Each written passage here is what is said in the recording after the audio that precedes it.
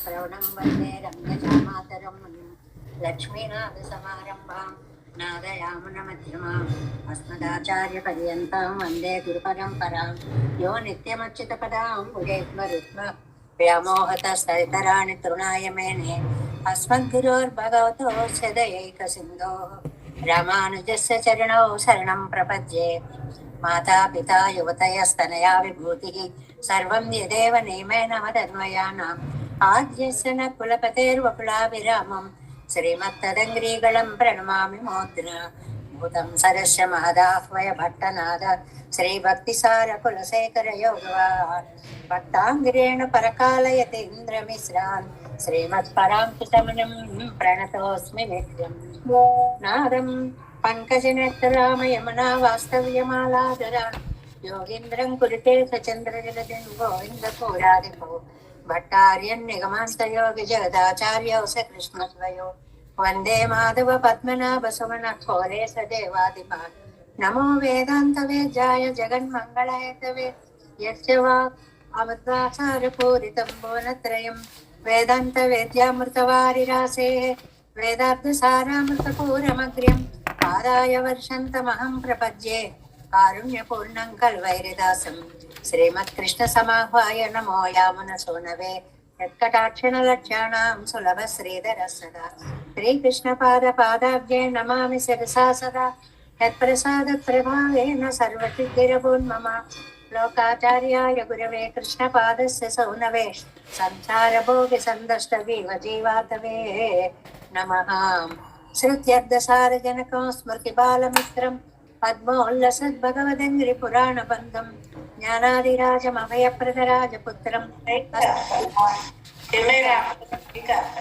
धाम्नाय हृदयं गुरुपर्वक्रमागतं रम्यजामातृदेवेन दर्शितं कृष्णसूनुना सुन्दरजामातृमुने प्रपद्ये चरणाम्बुजं संसारार्णवसम्मद्भजन्तु सन्तारपोतकं नमोऽस्तु देवराजाय चतुर्ग्रामनिवासिने रामानुजार्यदासस्य सुताय गुणशालिने नमः श्रीशैलनाथाय कुन्तीनगरजन्मने प्रसादलब्धपरमप्राप्यकैङ्कर्यशालिने श्रीशैलेशदयापात्रं श्रीभक्त्यादिगुणार्णवं जितेन्द्रप्रवणं वन्दे रम्य जामातरं मुनिं श्रीरङ्गसिंहगिरिदेशिकपादसेवा प्राप्ताखिल द्रविडवेदरहस्य जातं श्रीगौतमान्वयजमाश्रितभागधेयं गोपालदेशिकमहं शरणं प्रपद्ये कौशिकान्वयसञ्जातं वेङ्कटारितनोभवं वेदान्ताचार्यसत्शिष्यं उडैवर्लुमां भजे श्रीमद्वेङ्कटरङ्गार्यशिष्यं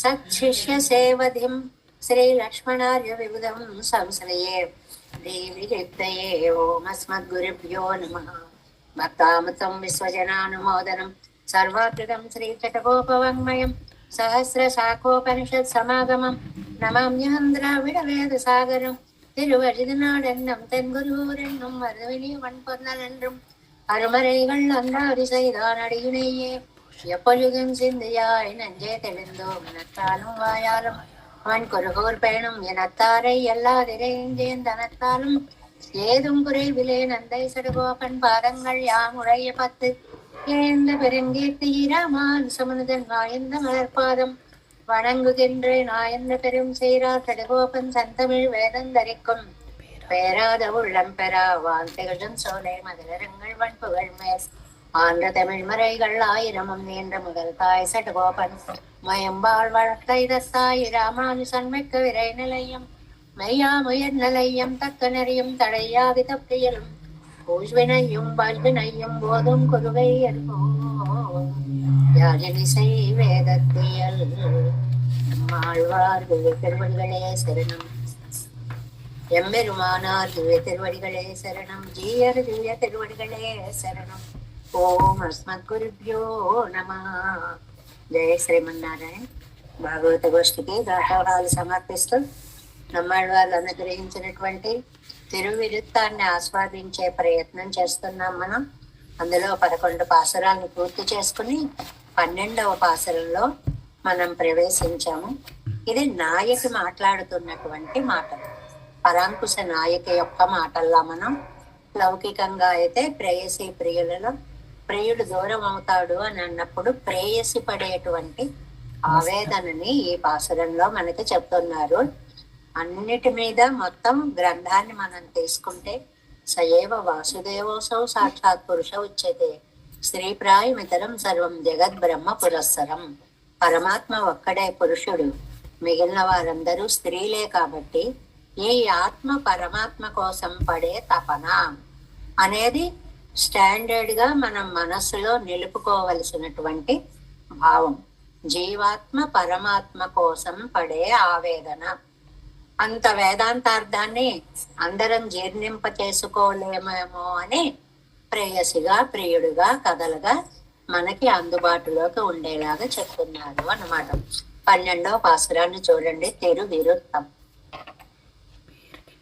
பேர்கின்றது மணிமாமை பிறங்கியள்ளல் பயலை ஊர்கின்றது கங்குளூழிகளே இதெல்லாம் எனவே ஈர்க்கின்ற செக்கரத்து எம்பெருமான் கண்ணன் தன்னன் துஷாய் சார்கின்னன் நெஞ்சினார் తందు పోన తనివళమే. ఇందులో నాయకి సఖితో అంటోంది అని అనుకుందాం మనం. ఇష్ట సఖితో మాట్లాడుతోంది. చూడు, ఆయన దూరం అయిపోతున్నాడు అంటే ఎంత దుఃఖము కలుగుతోందో.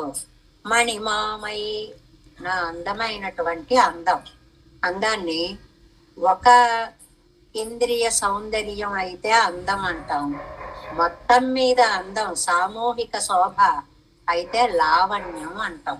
ఆ రెండిటికి చిన్న తేడాలు. లావణ్యం అంటే కన్ను బాగుందా, ముక్కు బాగుందా, చెవి బాగుందా అలా కాదు. మొత్తం చూస్తే ఆహా ఎంత అందంగా ఉంది అనిపించేది లావణ్యం. ఒక్కొక్కటే బాగుంది, ఆ కళ్ళు ఎంత బాగున్నాయో, ఆ ముక్కు ఎంత బాగుందో, అది అందం, సౌందర్యం. సౌందర్యం కంటే పెద్దది లావణ్యం. అంటే అసలు అలా చూడగానే మనని ఆకర్షించేది. మణిమామై, నా అందమైనటువంటి లావణ్యము పేరుగిండ్రదు, వికారాన్ని పొందుతోంది. వికారము అంటే మనకు తెలిసిన అర్థం వేరండి. వాంతి రావడం అని అలా కాదు. వికారము అంటే ఉన్న రూపు మార్పు చెందుట. అంటే దేహంలో ఉన్న ఆరోగ్యం మార్పు చెందుతోంది కాబట్టి అక్కడ ఆ పదాన్ని ఉపయోగిస్తాం. ఆరోగ్యంలో మార్పు వస్తోంది కాబట్టి. ఇక్కడ వికారము అంటే ఇంత తళ నిగనిగనిగా మెరిసిపోయే మిలమిలా ఉండే ఈ సౌందర్యము వెలవెలా పోతోంది. ఇది వైవర్ణ్యం అంటారు. వైవర్ణ్యం అంటే వెలవెల పోవుట. పేరుగిండ్రదు, వెలవెలా పోతోంది. పిరంగి అళ్ళల్ పయలై, చాలా చక్కగా ఉండే రంగు కాస్త వైవర్ణ్యంగా మారిపోతోంది. అది ఏదో ఒక చోట తెల్లబడ్డం, ఊరిపోవడం లేకుండా ఊరుగిండ్రదు, అలా స్ప్రెడ్ అయిపోతోంది. ఒళ్ళంతా తెల్లబడిపోతోంది, వైవర్ణ్యం వస్తోంది. అంటే అనురాగము దూరమైనప్పుడు వెలవెలపోవడమే మిగులుతుంది అని చెప్పడం. ఒకటి ఆ లక్షణం, దేహంలో కనపడే లక్షణం. మనిషి పాలిపోయాడండి అంటాం చూడండి, దాన్ని వెలవెలా పోవడం అని. రెండోది కంగుల్ ఊగిగళే. ఇంకా రాత్రి అంతా కూడా అంతకు ముందు అతనితో కలిసి ఉన్నప్పుడు క్షణంలా గడిచిపోయింది. రాత్రి రేవ వ్యరంసీత్ అంటారు ఉత్తర రామచరిత్రలో. రాత్రి అయిపోయింది అప్పుడే అనేలా ఆనందంగా గడిచినటువంటి రాత్రి ఊరుగిండ్రదు, ఊజిగళే, కల్పంలాగా యుగాలు యుగాలుగా తోస్తోంది. ఒక క్షణం యొక్క యుగంగా ఒక పగల్ 1000 ఊజియాలు అంటారు. అంటే ఒక్కొక్కటి ఒక్కొక్క యుగంగా గడుస్తోంది. అది రెండో పాయింట్. ఇది ఎల్లాం ఇనవే ఈరిగిండ్ర సెక్కరత్ ఎంబెరుమాన్ కണ്ണన్. ఈ స్వభావం అంట ఎక్కడదండి? మంచి పదును కలిగినటువంటి సుదర్శన ఆయుధాన్ని పట్టుకున్నటువంటి నా కണ്ണన్ ఉన్నాడే నా స్వామి, ఆయన యొక్క కన్నం తుజాయ్, అందమైనటువంటి తులసి మాల. అందులో సార్గిన్ననల్ నెంజినార్, నా మనస్సు గారు ఉన్నారు చూడండి. ఈవిడ గారేమో మాట్లాడితే ఆ తులసి మాలలోకి వెళ్ళి కూర్చుంటారు. అంటే ఏమిటండి అర్థం?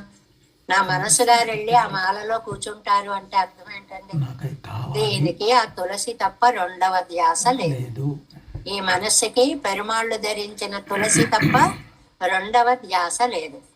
నా మనసు గారు అంటే ఆ గారు అండం ఎందుకండి అని, మనకేదైనా కోపం వచ్చినప్పుడు, ఏ కొడుకు మీద కోపం వచ్చింది అనుకోండి, వీడు ఇలా ఉన్నాడు, వాడు వచ్చాడు అనుకోండి, అదిగో ఆయన గారు వచ్చారు, ఆయన గారు ఏంటండి అంటే ఆ కోపం కొద్దీ గారు అనేది మనం ఎలా ప్రయోగిస్తామో అదే మనస్సుకి గారు అనేది ప్రయోగించారు నమ్మాళ్ళు. అందమైన తులసిలో శార్గిన్న నెంజినార్ నా మనస్సు గారు తందుకోన. ఆ మనస్సు గారు వెళ్ళిపోతూ సంపదలు నాకు ఇవి మిగిల్చి వెళ్ళారండి. మనకు ఏదైనా కోపం వచ్చినప్పుడు మన దగ్గర ఏమీ లేవనుకోండి, భర్త గారు వెళ్ళిపోయారు ఒక ఆవిడకి, ఆవిడ అన్న మాటలు అలాగే విన్నాం, ఇగోనండి ఈ పూరి గుడిస, ఈ దరిద్రం, ఇవన్నీ మిగిల్చి వెళ్ళారు, నాకు ఏమీ లేవు అంటాం చూడండి. ఒక రకమైనటువంటి నిరాశ నిస్పృహ ప్రకటన ఉంటుంది. అలాగా ఇక్కడ మనస్సు గారుట ఈవిడికి ఏం మిగిల్చారట, ఒకటి వైవర్ణ్యం మిగిల్చారట, అంటే వెలవెలబోయేలా అయిపోయింది మొదటిది. ఆ వెలవెల మొదలయ్యి ఏదో ముఖం ఒక్కటి వెలవెలపోవడం కాదు, వ్యాపించేస్తోంది, ఒళ్ళంతా అలాగా వెలవెలపోతోంది, అంటే పాలిపోతోంది. రెండవదేమో ఒక రాత్రి గడవడం ఒక యుగం గడిచినట్లుగా ఉంది. యుగాయుతం నిమేషేణ చక్షుషా ప్రావృడాయుతం అంటారట శిక్షాష్టకంలో, చాలా అందమైన పదాలు. యుగాయుతం నిమేషేణ, పోతన గారు అంటారు చూడండి, నీ వడవిన్ పవల్ తెరుగ నీ కుటిలాలక లాలితాస్యమిచ్చా విధి చూడకున్నా నిముషంబులు మా పుయుగంబులై కావున. ఒక్కొక్క నిమిషం ఒక్కొక్క యుగంలా గడుస్తాం. మనకి ఇష్టమైనటువంటి వాళ్ళు దూరం అయితే ఆ వచ్చేదాకా ఉండేటువంటి విరహం ఒక క్షణం ఒక యుగంలా గడుస్తుంది. అది మిగిలిచి వెళ్ళిందమ్మా ఈ మనస్సు గారు. నాకు ఈ మనస్సు గారు వెళ్ళి ఎక్కడ కూర్చున్నారు, స్వామి ధరించేటువంటి అందమైన తులసి మాలలో అతుక్కుపోయి కూర్చుంది. పోనీ తను వెళ్ళిపోతే వెళ్ళిపోయింది, నన్ను సుఖంగా బతకనేయచ్చు కదా. నాకేమో ఈ వైవర్ణ్యం, ఈ వెలవెలపోవడం, ఈ కాలాన్ని గడపలేకపోవడం, ఇవన్నీ మిగిల్చి వెళ్ళింది. ఆయన గారు అంటే మనస్సు గారు చేసినటువంటి ఉపకారాలు నాకు అవి అనేటువంటివి, పాలిపోయిన రంగు గబగబా వ్యాపించడము అనేటువంటిది, ఇవన్నీ విరహ లక్షణాలండి. రెండవది, ఆయనతో కలిపినప్పుడు క్షణంలా గడిచిపోయిన కాలము ఆయన లేకపోయేటప్పటికి ఒక క్షణం ఒక యుగంగా గడపడం రెండు. ఇంకా కొన్ని ఉన్నాయండి విరహ వ్యధని పెంచేవి, ఒక లిస్ట్ ఉంది. మలయమారుతం ఉంది, మొన్న మనం చెప్పుకున్నాం, చల్లటి గాలి, అది ఇద్దరు ఉన్నప్పుడు ఎంత బాగుందో అనిపిస్తుంది. ఒకళ్ళకొకళ్ళు దూరమైనప్పుడు ఒళ్ళు చీల్చేస్తున్నట్లుగా బాధ పెడుతుంది అనేటువంటి. క్రౌంచ పక్షులు ఉన్నాయి, చాలా అందంగా కూజితాలు రమణీయంగా కూస్తాయి. ఇద్దరు కలిసినప్పుడు ఆనందంగా ఉంటుంది, ఒకరికొకరు దూరమైనప్పుడు అదే కూత అబ్బా వినలేకపోతున్నాను అని కర్ణ కఠోరంగా అనిపిస్తుంది. చంద్రుడు ఉంటాడు, ఆహా ఈ వెన్నెల ఎంత బాగుంది అనిపిస్తుంది ఇద్దరు దగ్గర ఉన్నప్పుడు.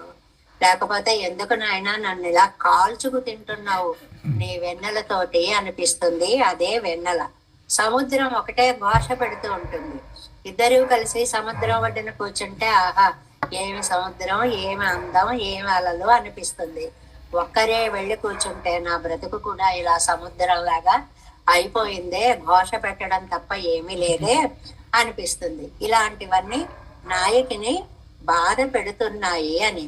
ఎందువల్లంటే పరమాత్మకు లక్షణం ఉందండి, ప్రతికూలరై ఆన్మయ్యాలే కొల్లం అనుకూలరై అழగాలే కొల్లం అంటారు.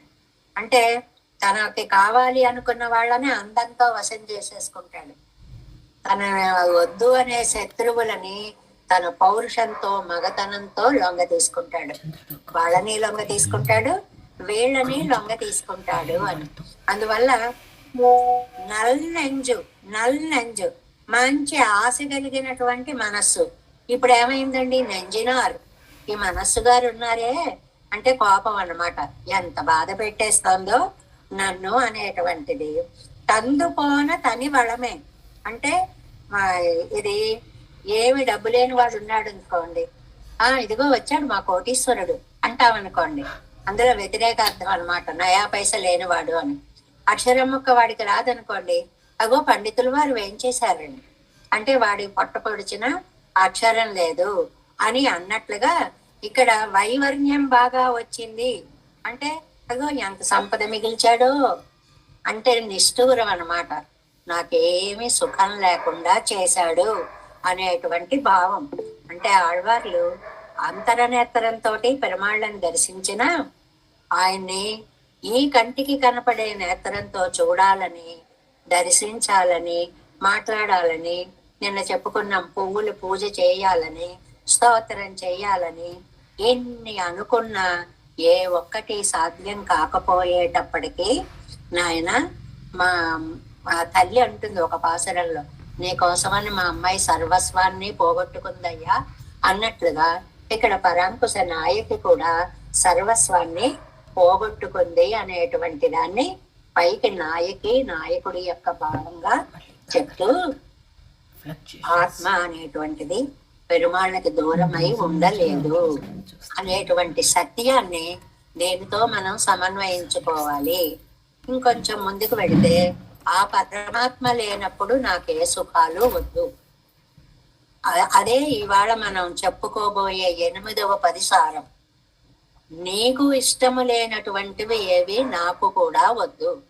చాలా ప్రియమైన వాళ్ళు ఉంటారనుకోండి భార్యాభర్తలు, ఇది నేను తినను అంటే నువ్వు తినకపోతే నాకు కూడా వద్దు అంటారు. రెండో రకం కూడా ఉంటారు, అయితే నీది కూడా నాకు ఇచ్చే నేను తినేస్తాను అనే వాళ్ళు కూడా ఉంటారు. అన్ని రకాలు ఉంటుందండి ప్రపంచం అన్న తర్వాత, అన్ని రకాలు ఉంటుంది. ఇక్కడ ఆళ్వారు ఏమంటున్నారు, పెరుమాళ్ళే నీకు ఇష్టం లేకపోతే నా అందం, నా నగలు, నా జీవితం ఇవన్నీ వ్యర్థమయ్యా, ఎందుకు నాకు చెప్పు అంటారు వాడు 8వ పదిలోకి వెళితే. అలాగా భగవంతుడికి చెందినదే సార్థక్యము, భగవంతుడికి చెందిన దాని వల్ల మనకి లాభము లేదు అనేటువంటి దాన్ని అందులో చెప్పారు. ఇంకా మనం ఈ 7వ పదిని శీలమిల్ల అనేటువంటి దాన్ని పూర్తి చేసుకుని ద్రవిడోపనిషత్ సంగతిలోకి వచ్చాం. 260వ పేజీ ద్రవిడ ఉపనిషత్ సంగతి. ఫలశ్రుతిలో ఏం చెప్పారండి, హాయిగా పరంపదాన్ని పొందుతారు. ఈ 10 పాసురాలు చదివేటువంటి వాళ్ళకి మళ్ళీ జన్మ అనేటువంటిది ఉండనే ఉండదు. ఈ మాటలు అర్థం కాకట ఒక కాలంలో బాబాయ్ తిరువాయిమస్ చదివితే పోతారటండి, పరంపదంకి వెళ్ళిపోతారటండి అని చదవడం మానేశారట. పిచ్చి వాళ్ళలారా ఇలా చదవగానే ఇలా చదువుతుంటే నోట్లోంచి అలా ప్రాణం అలా పైకి వెళ్ళిపోదు. ఆ జన్మ అయిన తర్వాత మళ్ళీ జన్మ అనేటువంటిది ఉండదు. మరణం ఆనాళ్ళు, మరణం ఆకినాళ్ళు ఆనాలు అని 2 పదాలు చెప్తారండి. మరణం వచ్చి వెళ్ళిపోతారు అని కాదు అర్థం, మరణం వచ్చిన తరువాత మళ్ళీ జన్మలో ప్రవేశించకుండా భగవత్ సన్నిధిని చేరతారు అని ఫలశ్రుతిని చెప్పారు కదా. ఆ 10 పాసురాల సారాన్ని వాదికేసరి అజగయ్య మనవాళ్ళ జీయర్ అనేటువంటి మహానుభావులు ద్రవిడ ఉపనిషత్ సంగతి అనేటువంటి దాంట్లో ఎలా చెప్పారో చూడండి. 260వ పేజీ. తద్భేషజాత్ సహరినామ కథా ప్రసంగాత్ సంజ్ఞాముపేత్య మునిరుద్భట దుఃఖబోధః ఆపత్సకత్వముఖవాచకతః తముచ్చైః ఆకృష్య వాంఛితం అయాచత సప్తమేన. నిజంగానండి శ్లోకాలు రచించినటువంటి పద్ధతిని చూస్తే 10 పాసురాల సారాన్ని ఒక చిన్న శ్లోకంలోకి తీసుకురావాలి అంటే 10 పాసురాల్లోంచి ఇంతింత ముక్కనైనా సంస్కృత ముక్కను తీసుకురావాలి కదా, ఆ భావాన్ని తీసుకురావాలి కదా, దాన్ని ఒక శ్లోకంగా చేయాలి కదా. ఎంత కష్టమో, సముద్రాన్ని బిందెలో పట్టే ప్రయత్నం లాగా అన్నమాట. అంత పాండిత్యం కలిగినటువంటి మహనీయులండి వీరు. తద్భేషజాత్ విశ్లేషానికి ఔషధం అండి. నమ్మాళ్ళవార్ల దూరం అయితే ఏది మందుగా పనిచేసింది? వన్ తోరాపతి మన్ననై, ఆ పరమాత్మ యొక్క నామమే మందుగా పనిచేసింది.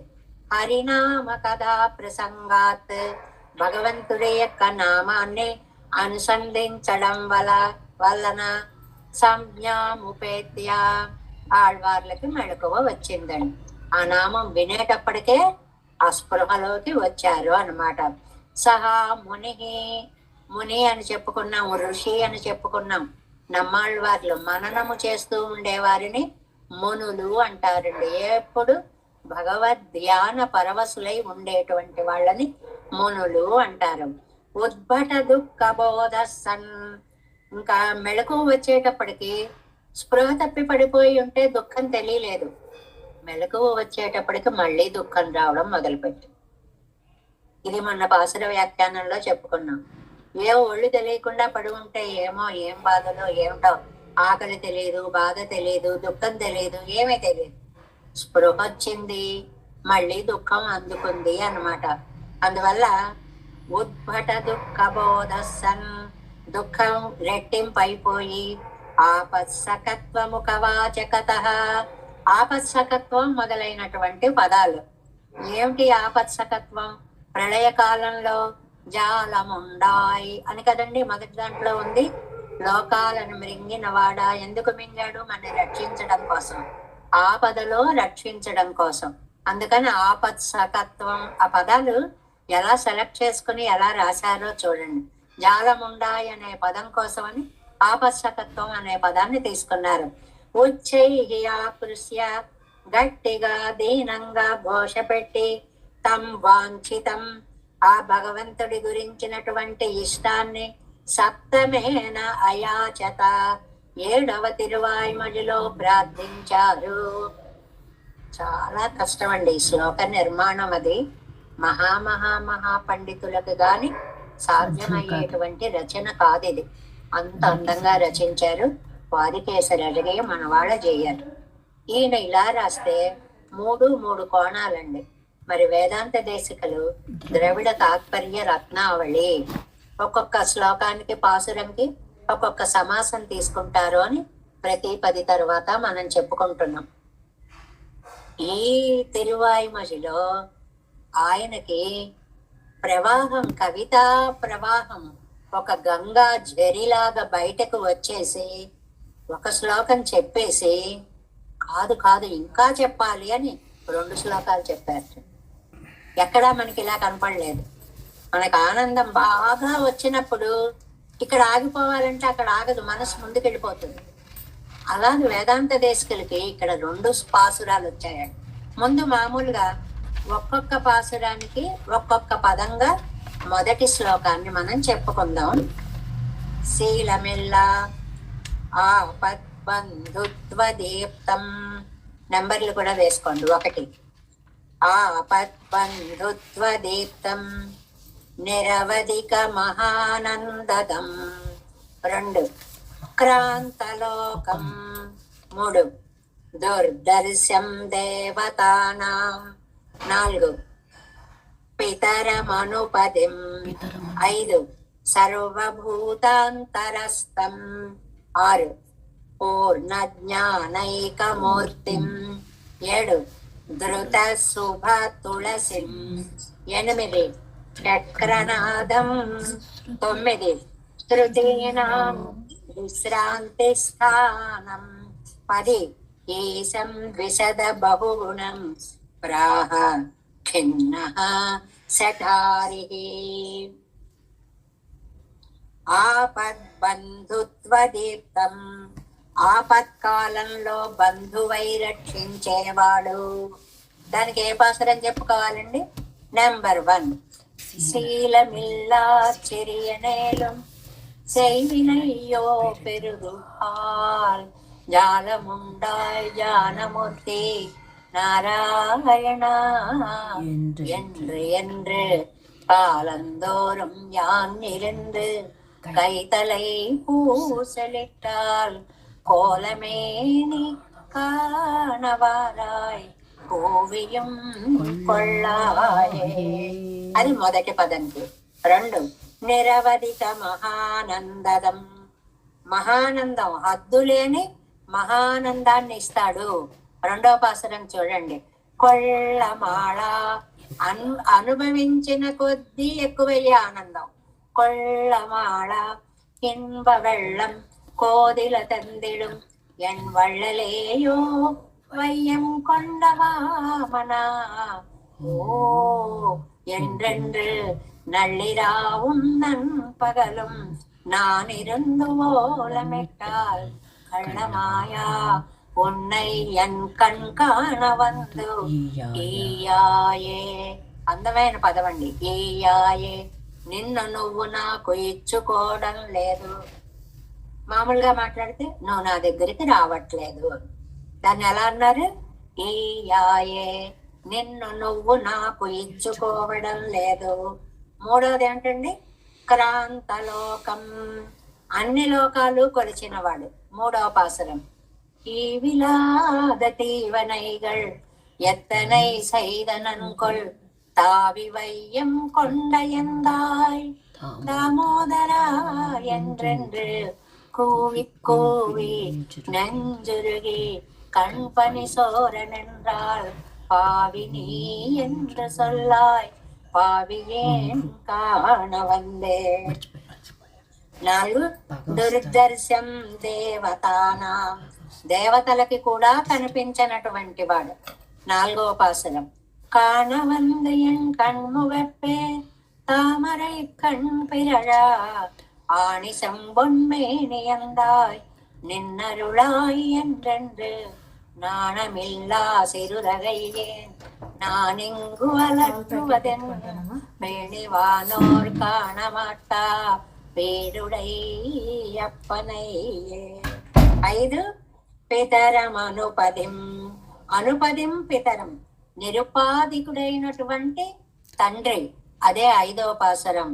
అప్పనే అడల్లాలియానే ஆழ்கடலை கடைந்த தொப்பனே உன் தோள்கள் 4ம் கண்ணிட கூடங்கள் என்று எப்பொழுதும் கண்ணநீர் கொண்டு ஆவி துவருந்து இப்பொழுதே வந்திடாய் என்று ఏజయ్యే నోకువనే. తర్వాతదండి సర్వ దేవత ఆ సర్వభూతాంతరస్థం. 6వది நோக்கி நோக்கி உன்னை காண்பான் யான் எனதாவியுள்ளே நாக்கு நீழ்வன் ஞானமில்லை நாடோறும் என்னுடைய அக்கையுள்ளும் ஆவியுள்ளும் அல்ல புறத்தினுள்ளும் நீக்கமின்றி எங்கும் నిన్నాయ్ నిన్నై అరిందరిందే. సర్వభూతాంతరస్థం అన్నమాట 6ది. అంటే ఆక్ శరీరంలో ఉన్నావు, ఆత్మలో ఉన్నావు, ఆక్కయ్యుళ్ళం ఆవియుళ్ళం అల్లపురత్తినుళ్ళం. చాలా అందమైన పదాలని చక్కగా ప్రయోగించారు ఈ 6లో. 7 పూర్ణ జ్ఞానైకమూర్తిం. ఏమిటండి పూర్ణ జ్ఞానం? 7వ పాసురం. அறிந்தறிந்த தேரி தேரி யான் எனதாவியுள்ளே நிறைந்த ஞானமூர்த்தியாயை நிர்மலமாக வைத்து பிறந்தும் செத்தும் நின்னு இடரும் பேதைமை தீர்ந்துகின்றேன் நரும் துழாயின் கண்ணி அம்மா நான் உன்னை கண்டு கொண்டே. 8 ధృత శుభ తులసిం துளசிதாரி. 8 கண்டு கொண்டு என் கைகளார நென் திருப்பாதங்கள் மேல் என் திசையும் உள்ள பூக்கொண்டு ஏத்தி உகந்து உகந்து தொண்டருங்கள் பாடியாட சூழ்கடல் ஜாலத்துள்ளே வண்டுஜாயின் கண்டி வேண்டே వందిడగిల్లాయే. 9 చక్రనాదం. చక్రనాదం అంటే చక్రాన్ని ధరించినటువంటి మహానుభావుడు. ఇది 9వది. ఇడగిలేన్ ఒండ్రు అట్టగిల్లేన్ ఐంబులన్ వెళ్ళగిల్లేన్. బాగా చెప్పారండి. ఈ పాసురాన్ని ఎన్నిసార్లు చదువుకున్నా బాగుంటుంది. కర్మ లేదు, జ్ఞానం లేదు, భక్తి లేదు, ఏది ఉపాయం అనేది నా దగ్గర లేదు. ఇడగిలేన్ ఒండ్రు ஒன்று அட்டகில்லே இடகிலேன் ஒன்றட்டகில்லே ஐம்புலன் வெல்லகில்லே கடவனாகி காலந்தோறும் பூப்பறித்தேத்தகில்லேன் மடவன் நெஞ்சம் காதல் கூற வல்வினையேன் அயற்பாய் தடவுகின்றேன் எங்கு காண்பன் చక్రత్తు అన్నలయ్యే. ఆ పదాన్ని తీసుకుని చక్రనాదం అని 9వ పాసురానికి ఒక పదాన్ని కూర్చారు. శృతీనాం విశ్రాంతి స్థానమేశం అది పదండి. చక్రన్నలేయన్న తాழந்து కన్నీర్ తదుంబ పక్కం నోక్కి నిన్నలరిందేన్ பாவியேன் காண்கின்றலே மிக்க ஞானமூர்த்தியாய வேதி விளக்கினை என் தக்க ஜானங்கங்களாலே కండు తజువనే విశద బహుగుణం ప్రాకిన్న శఠారికి. అప్పుడు ఫలశ్రుతిని ఎలా చెప్పారండి? తజువి నిన్న కాదల్ తన్నాల్ తామరై కண்ணన్ తన్నై కురువు మాడత్తెన్ కురుగోర్ மாறன் செடகோபன் சொல்வஜவிலாத ஒன்தமிழ்கள் 1010 తழுవపాడియాడవల్లార్ వైగుండం ఏరువరే. చాలా అద్భుతమైనటువంటి పదండి ఇది. విన్నవాళ్ళకు కూడా అలా అనిపించడం. నిన్న రంగా గారు ఉన్నారు మన గ్రూపులో, ఆవిడ ఫోన్ చేసి అసలు ఈ 10 చదువుతుంటే దుఃఖం ఆగట్లేదండి, ఎందుకో అంత ఆనందమైన అశ్రువులు వస్తున్నాయి అంటే అనుభవైక వేద్యం అది పెరుమాళ్ళు అంత విశేషమైంది. కాబట్టే మనకి వేదాంత దేశకులు ఒక్క శ్లోకంతో సరిపెట్టలేకపోయారండి. ఈ శ్లోకంలో 2 విశేషణాలు ఉన్నాయి మామూలుగా ఈ 10లో. పెరుమాళ్ళ యొక్క గొప్పతనం, నా యొక్క నీచత్వం. ఇప్పుడు మనం చెప్పుకున్న ఈ ఆపద్బంధుత్వ దీప్తం అనే ఈ శ్లోకం పెరుమాళ్ళ గొప్పతనాన్ని చెప్పాక వేదాంత దేశకులకి అనిపించింది మరి నేను ఎంత నీచున్నో చాలా విషయం ఉంది కదా, అది కూడా కవర్ చేస్తే బాగుంటుంది అనిపించింది. కాబోలు ఇక్కడ వ్యాఖ్యానంలో ఒక మాట ఇచ్చారండి. దశకత్తిలే ఆజ్వార్ ఖేదపట్టపడియై ఎన్నపడి ఎన్నూరు శ్లోకత్తాలే కాట్టి అరుళిరారు. తాము ఎంత తక్కువ వారో నైత్యానుసంధానాన్ని ఇంకొక పాసురం ద్వారా కూడా చెప్పారు. ఇది బోనస్ ఇవ్వడం అన్నమాట. జీతాలు ఇచ్చేసిన తర్వాత 1 నెల జీతాన్ని అడిషనల్ గా ఇస్తారు కదండి. అలాగే ఇక్కడ వేదాంత దేశకులు ప్రతి 10కి ఒక్కొక్క పాసురాన్ని చెప్పేసి ఈ 10 దగ్గరికి వచ్చేటప్పటికి నైత్యానుసంధానం అనేది ఇలా ఉంటుంది అని ఇంకొక పాసురాన్ని కూడా చెప్పారు. 261వ పేజీలో ఉందండి ఆ పాసురం. ప్రత్యేకం నేను ఇంత తక్కువ వాణ్ణి, ఇంత తక్కువ వాణ్ణి, ఇంత తక్కువ వాణ్ణి అని 10 విశేషణాలతో చెప్పడం ఈ శ్లోకం యొక్క తాత్పర్యం. అంటే మళ్ళీ 10 శ్లోకాలు చదువుకోక్కర్లేదు, కానీ ఒక్కొక్క దానికి దీనికి కూడా మనం నెంబరింగ్ వేసుకోవచ్చండి. ఎలాగా? దుస్సీలో నెంబర్ 1, మాంసచక్షు నెంబర్ 2, నిరవధి దురిత నెంబర్ 3, వీతలజ్జ 4, విలోల 5, ప్రేక్షాహీన 6, అన్య సంకృతమపి లఘయన్ 7, శీలమంతర్దధాన 8, కర్మజ్ఞానాది శూన్య 9, నిరుపది విహితాం జ్ఞాన దృష్టిన్ వినందన్ 10. అయ్యా, నాకున్నటువంటి దౌర్భాగ్య గుణాలు 10ని ఒక్క శ్లోకంలో నేను చెప్తున్నాను. ఇలాంటి చదువుతుంటే మనకేం గుర్తొస్తుందండి? భట్టరు వారు అమర్యాద క్షుద్ర చలమతి అసూయా ప్రసవభూ కృతజ్ఞో దుర్మాని స్మరవ పరవసో వంచన పరః నృశంస పాపిష్ట. ఎన్ని విశేషణాలండి! మనకి ఎన్ని వేసుకున్నా సరిపోదు అవడానికి. శ్లోకం అయిపోయింది కాబట్టి ఆపేశారు, కానీ ఇంకో అన్ని కూడా ఉంటాయి క్వాలిటీస్ మనకి. ఆ రకంగా దీన్ని చెప్పారు చూడండి. దుశ్శీల దుష్ట స్వభావం కలిగిన వాణ్ణి, మళ్ళీ చెప్పుకుంటే ప్రతి పాసురంతో అన్వయం చెప్పుకోవాలి. శీలమిల్లాశ్చర్యనేలు, శీలం లేని వాడిని అన్నారు కదండి. దుశ్శీల మాంసచక్షు, ఈ కంటితో నిన్ను నేను చూడలేక పోతున్నాను. ఎందువల్లనే కొళ్ళమాళా ఇంప వెళ్ళం, అనుభవించిన కొద్దీ పెరిగిపోతావు నువ్వు. దాన్ని ఆనందించే యోగం లేదు. మనస్సుకి శక్తి ఉంది కానీ కంటికి చూసే శక్తి లేదు. నిరవధి దురిత, నిరవధికమైనటువంటి ఏవిలాద తీవినైగళ్ళు. మూడో పాసనం. అద్దులేని పాపాలు. ఎన్ని పాపాలు చేశారండి? ఒక మాట నుంచి ఇంకో మాట అనేలోపు పాపాలు వచ్చేస్తున్నాయి అని చేస్తున్నా మానసికంగా.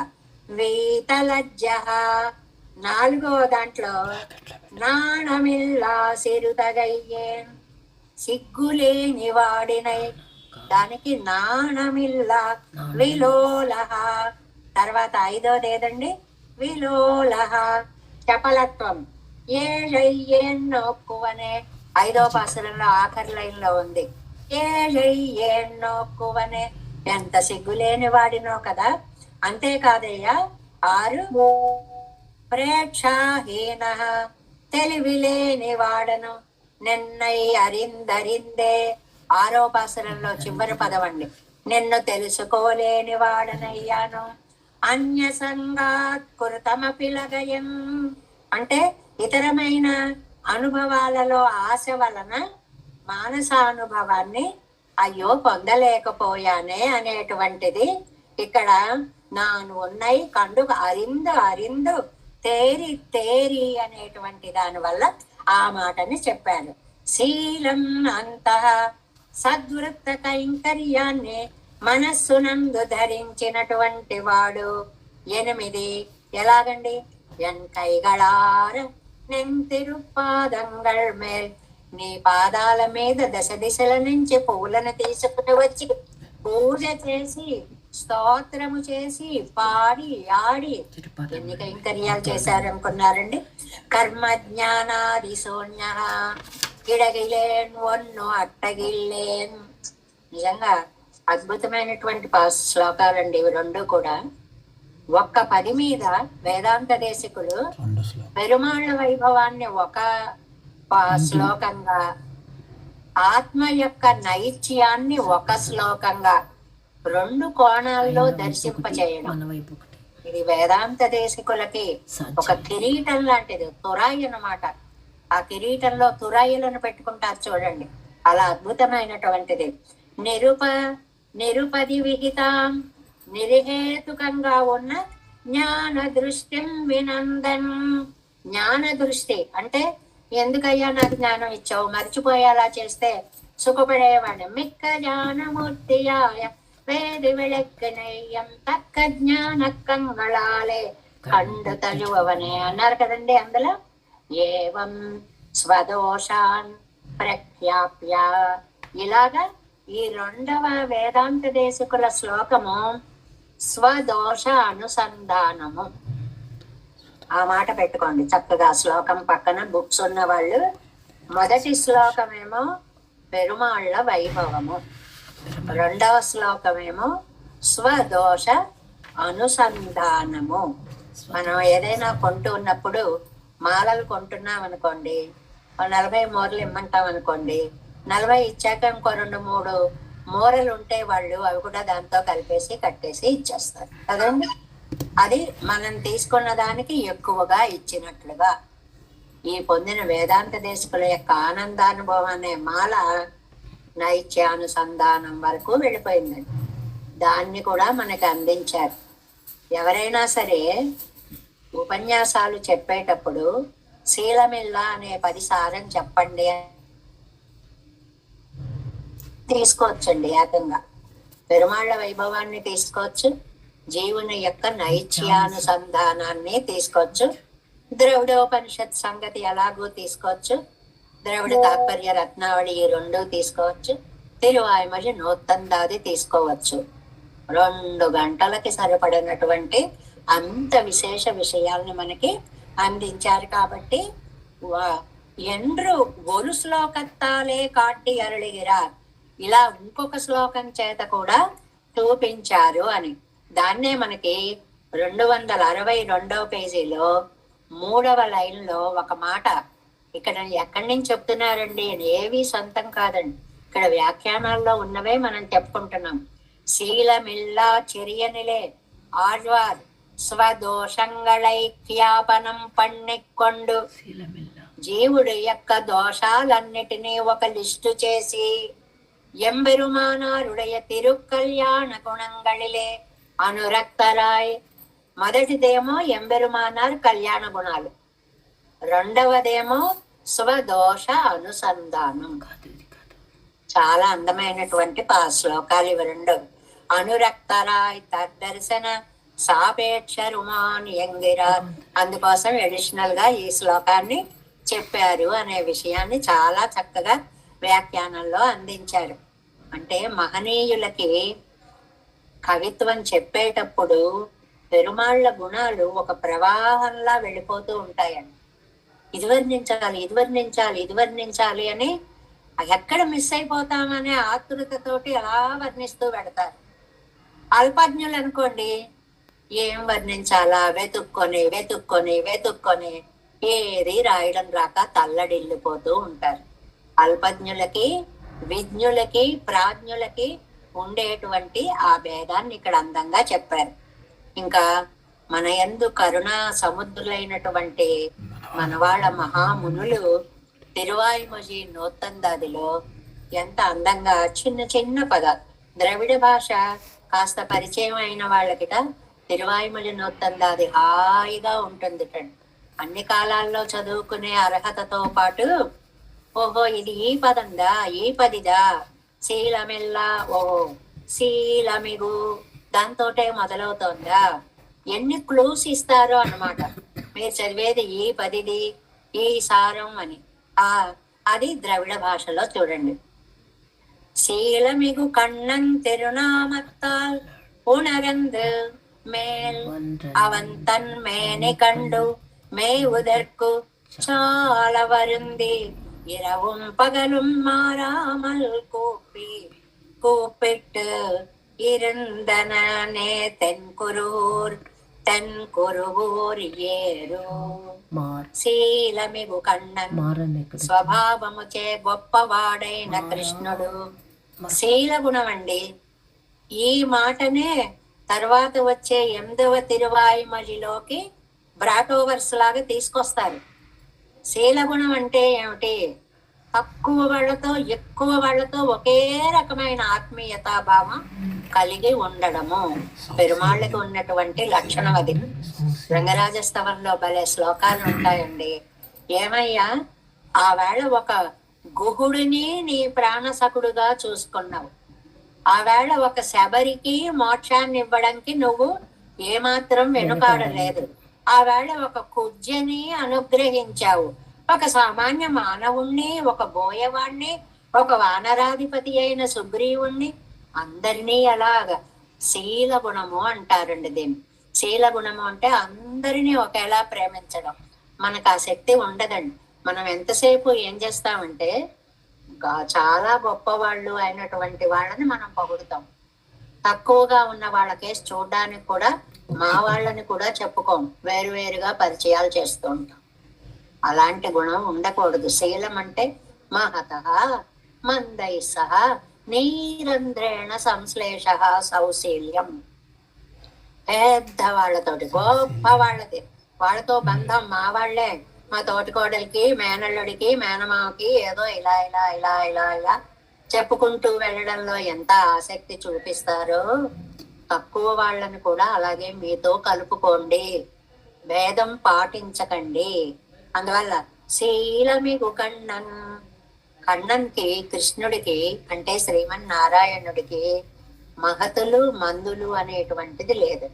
అందరినీ ఒకేలాగా, అందరిపైన తన ప్రేమని, రామావతారాన్ని తీసుకున్నా, కృష్ణావతారాన్ని తీసుకున్నా, ఏ అవతారాలు తీసుకున్నా, జంతువు పైన కూడా అదే రకమైనటువంటి ప్రేమని, ఒక ఏనుగుని రక్షించినా కూడా గజేంద్ర మోక్షం దాకా ఆ శీల గుణం వెళ్ళిపోతుంది.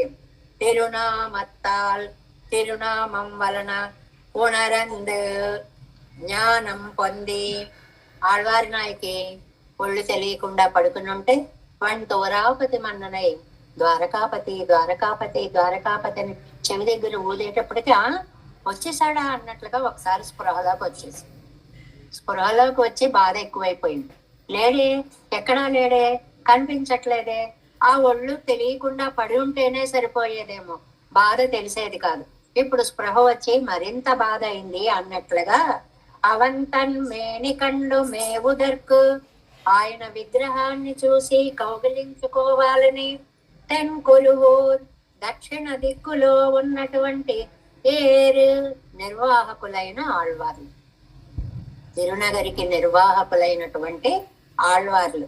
ఆ తిరునగరి ఎంత ఆనందంగా ఉందో నిన్న మొన్న చెప్పుకున్నాం కదండి.